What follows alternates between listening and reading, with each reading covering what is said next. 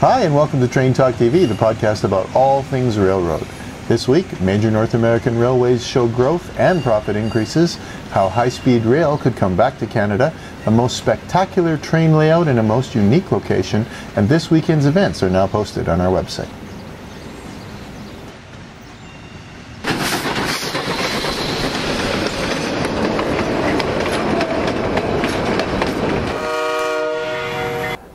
Here's one you haven't heard before. A few weeks ago, British holidaymakers were trapped in stations across the south of France for a few extra hours after a TGV train hit a truck and spilled shampoo across the line. The slippery situation reduced traction enough that a cleanup had to be completed before travel could resume. I wonder how many times they had to rinse and repeat.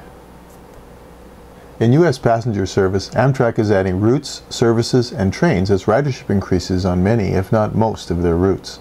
This growth can only continue if Amtrak keeps making innovations like this one.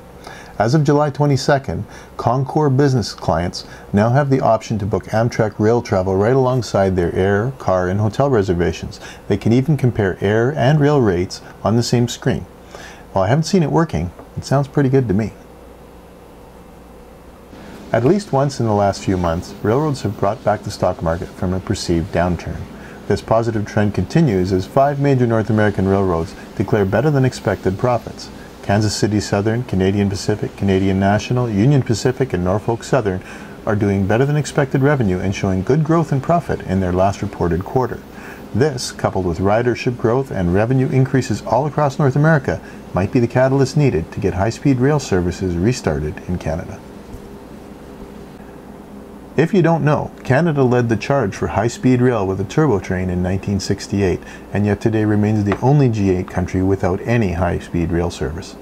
I'm most familiar with the Calgary to Edmonton corridor in Alberta. This oil-rich province trots out a new study or has a look-see at the corridor every few years, and it always seems to be shot down by 2 factors. Cost, because they feel it will not be used by car-crazed Albertans, and interference with other modes of travel. If they were smart, WestJet, the successful Calgary-based airline that would suffer the largest revenue loss by the introduction of such a service, should instead become its champion and build the darn thing.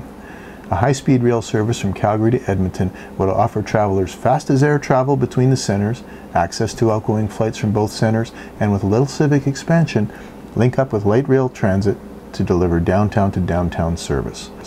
They could even allow for the car-crazed Albertan by offering an auto train service such as Amtrak does in Florida. As for the question, will people ride it? Well, Calgary has the 3rd highest light rail transit ridership in the country, so apparently a rail option is one that has some merit for Calgarians anyway. Might it happen? Who knows? More likely the government will commission yet another study and delay anything for another few years. Canada's only desert in Osoyoos, British Columbia, is also the location of one of Canada's most spectacular model railroads.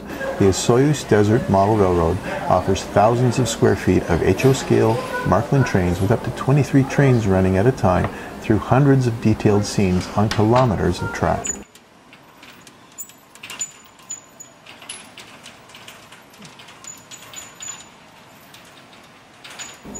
Paul and Ulla Peterson built the railroad for its 3rd incarnation with the help of their daughter and grandson over the last 10 years.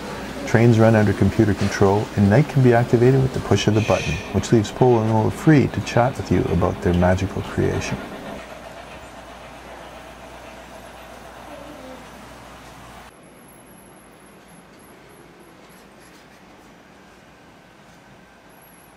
If you're in Osoyoos on vacation and need a break from the heat of the desert, do visit the air-conditioned layout.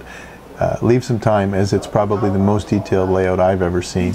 I could show you hundreds of pictures and hours of video, but you really do need to see it to believe it. I did video one train on its trip around the layout. It took about 20 minutes. I've shortened that down a little bit. There's a link to that video on our website, traintalk.tv.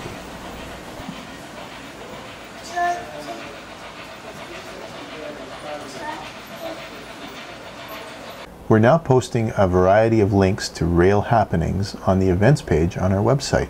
Posted right now is what's up for this weekend. Please submit your events to info@traintalk.tv or use the form on the events page on our website.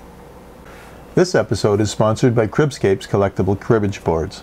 Cribscapes has added a working lighthouse to their cribbage board line, and by customer demand has also added as an option to their railway board, which is appropriately named From the Mountains to the Coast. Installed on a point in the bay, the lighthouse option makes an already unique gift even more special. Available at www.cribscapes.com. We're always looking for feedback and comments on the show and really appreciate your time in helping make this show the best it can be. Keep the suggestions coming. Leave comments on the shows at www.traintalktv. I'm Neil Enoch. Thanks for watching.